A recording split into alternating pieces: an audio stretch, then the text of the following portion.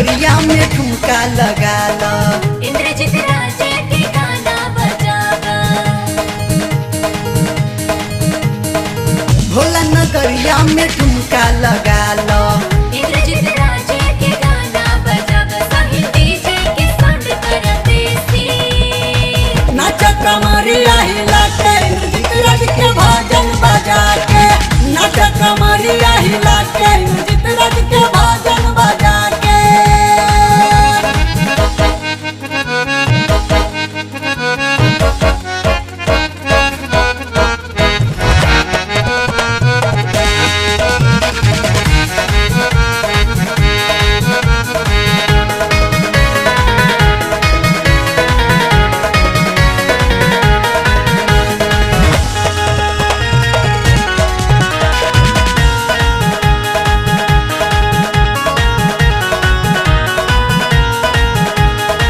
नाचत झूम चल भोला दुआरी होई सपना सकारी हो।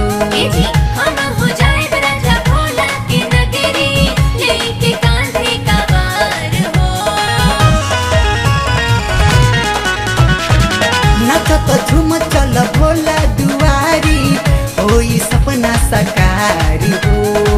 हम हो जाए राजा भोला की नगरी लेके कांधे का भार हो। चला ये रानी तनी ठुमका लगावो। इंद्रजीत राजा के गाना बजावा। रमेश डीजे के साउंड करा देसी। नाच कमरिया हिला के इंद्रजीत राज के भजन बजा के। नाच कमरिया हिला के इंद्रजीत राज के भजन बजा के।